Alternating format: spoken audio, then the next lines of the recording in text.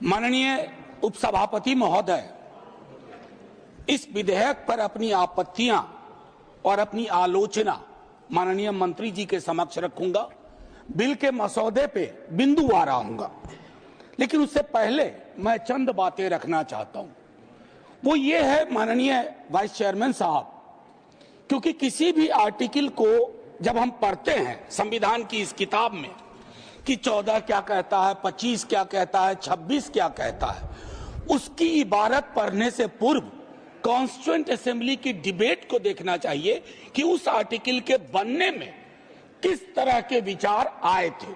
संभवतः माननीय मंत्री जी अगर आर्टिकल 26 ए बी सी की पूरी प्रस्तावना को, उस डिबेट को पढ़ते तो शायद उनका काम एक नॉन स्टैट्यूटरी बॉडी से भी चल जाता, बशर्ते इसके कि इस तरह की चीजें लाएं।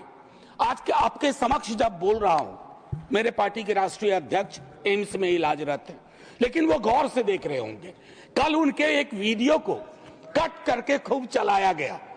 सर, पूरा संवाद तो देखिए, और अगर उन्हीं को चलाना है तो उनकी तो न्याय, सामाजिक सौहार्द के बारे में इसी पार्लियामेंट में बहुत सारी स्पीचेज हैं, उसको सुना जाए।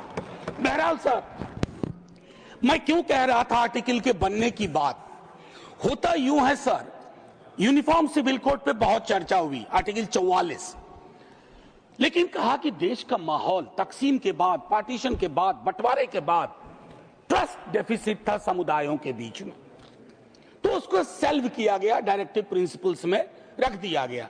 जैसे संपत्ति के बंटवारे की बात, आय के असमान वितरण की बात भी डायरेक्टिव प्रिंसिपल्स में आई, 38(2) एंड 39 क्लॉज सी। मैं जानता हूं आज दोनों ही पक्ष आए हैं तैयारियों के साथ, हम गर्दनों के साथ हैं, वो आरियों के साथ। मैं आपके माध्यम से माननीय वाइस चेयरमैन साहब, कोई बात तलखी में नहीं बोलूंगा। किसी को आरी लेकर सदन में प्रवेश करने की अनुमति नहीं है। बिल्कुल सर, आप जिंदाबाद रहें। सर एक चीज, देश का माहौल, और ये मैं गर्दन लेकर आ सकते हैं जी, आरी लेकर नहीं आ सकते। सर, देश का माहौल कैसा है इस पे एक नजर डाला जाए। गाहे बगाहे इकोनॉमिक बाइकॉट की बात होती है, गाहे बगाहे किसी पुरानी मस्जिद के नीचे कुछ चीजें ढूंढी जाती हैं, गाहे बगाहे प्लेसेस ऑफ वर्शिप एक्ट पे सवाल उठता है। सर, इस तरह के माहौल में आपके बिल का कंटेंट और आपके बिल का इंटेंट दोनों सवालिया निशान खड़े करता है। ये महत्वपूर्ण है। चिंता इस बात की नहीं है, अभी चुन के आए हैं, हम भी चुन के आए हैं, लेकिन चुन के आने के बाद बहुमत विजडम की गारंटी नहीं होता है।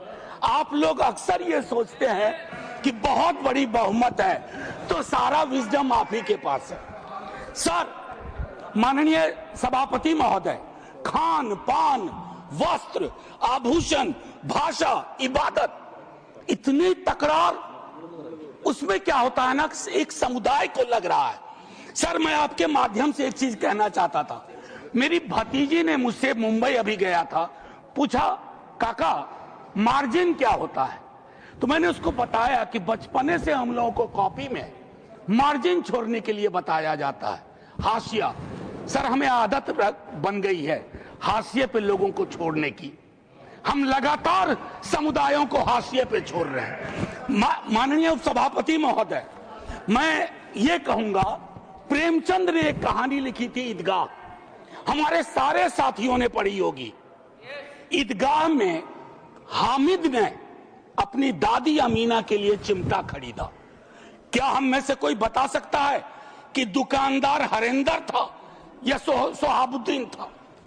कोई नहीं बता सकता।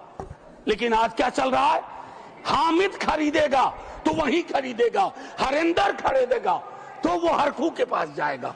सर, ये चीजें, मतलब मैं तो ये कहूंगा कि कुछ चीजें एक दूसरे से ऐसे वाबस्ता होती हैं कि उन्हें अलग अलग देखने को जी नहीं चाहता, उन्हें अलग अलग। Please request you don't disturb him.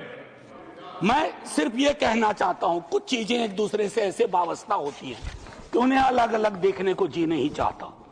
Sir, इस देश के हिंदुओं को मुसलमानों की आदत है, मुसलमानों को हिंदुओं की आदत है, और ईसाइयों को, सिखों को हिंदुओं और मुसलमानों की आदत है। ये आदतें मत बदलवाइए, ये आदतें मत बदलवाइए।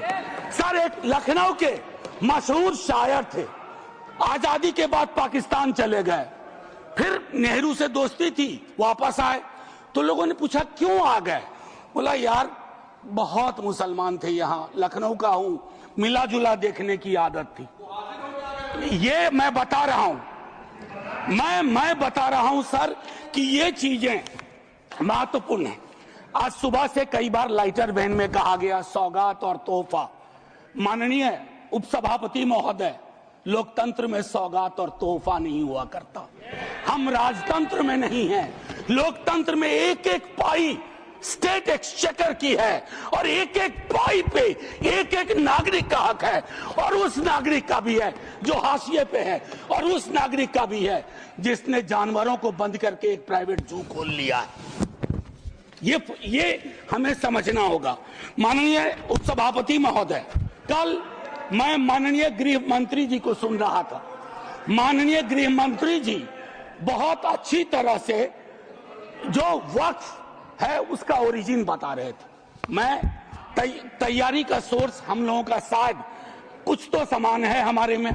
तो वक्फ जो है अरबिक का शब्द है, वक्फा से निकला, मान लिया, और इसका मतलब है कि रिलीजियस, जो पवित्र कोई काम हो, दान हो, धार्मिक काम हो, उसमें इसका इस्तेमाल हो। और अलग अलग लोग इसका प्रोनाउंसिएशन अलग करते हैं, कोई वक्फ बोलता है, कोई वकफ बोलता है। ये अलग अलग धाराएं हैं इस देश की।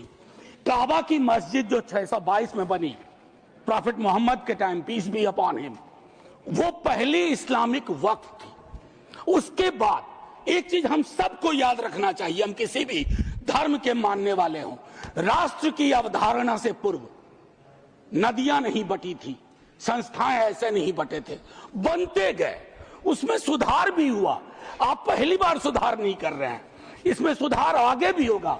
मैंने कहा ना कि दिक्कत होती है कि जब आपका इंटेंट और आपका कंटेंट दोनों मैच करता है तो डर लगता है, क्योंकि उस समुदाय के बारे में सर मैं एक बात जरूर कहूंगा। इस बिल को, चूंकि बिल के कुछ बिंदुओं पे आऊं उससे पहले बाबा साहब भीमराव अंबेडकर को इन्वोक किया गया, और मैं चाहूंगा बाबा साहब भीमराव अंबेडकर, उन्होंने एक लाइन कही थी, उसको बार बार पढ़िए, democracy is incompatible in inconsistent with isolation and excluding minority communities. You have to look at honourable minister from the angle of isolation and exclusion, और ये दोनों चीजें बहुतायत में हैं और अलग अलग जगहों पे हैं। सर, जमीन के साथ किसी व्यक्ति और किसी कौम का क्या रिश्ता होता है, इसको भी समझने की जरूरत है। सच कहूं तो कई बार एहसास ये भी होता है कि with this bill, is it a legal cover for bulldozer? That scares me as a citizen of this country. कमाल की बात है, मुसलमान शहरों में रहे, घेट्टो, गांव में गया, घुसपैठिया, और उनकी संस्थाएं, उनके बारे में जिक्र हो, कहा कि उसमें तो ओपेक नहीं है, सस्पेक्ट है। कॉन्स्पिरेसी के टोन में बात होती है, कॉन्स्पिरेसी के टोन में। सर, ये उचित नहीं है। आज ही आप ही के सदस्य कहते हैं, राधा मोहन जी, कि 20 करोड़ मुसलमान। सर, अगर एक घर में एक सदस्य मुसलमान है, क्या आप उसको एलिनेट होने दीजिएगा या उसको जोड़ के रखिएगा? उसकी शिकायतों को और उनसे जो शिकायतें हैं वो कैसे दूर होंगी? बैठ करके दूर होंगी।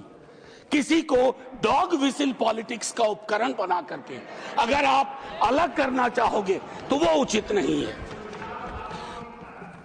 माननीय उपसभापति महोदय, आपने कहा, मेरे कई सदस्यों ने कहा, नॉन मुस्लिम्स को, मैं तो बड़ा तारीफ करूंगा, खड़ा हो जाऊंगा पक्ष में, अगर इतना सेक्युलर मिजाज इस देश का कर दीजिए कि हर धर्म के संस्थाओं में दूसरे धर्म के लोग हो।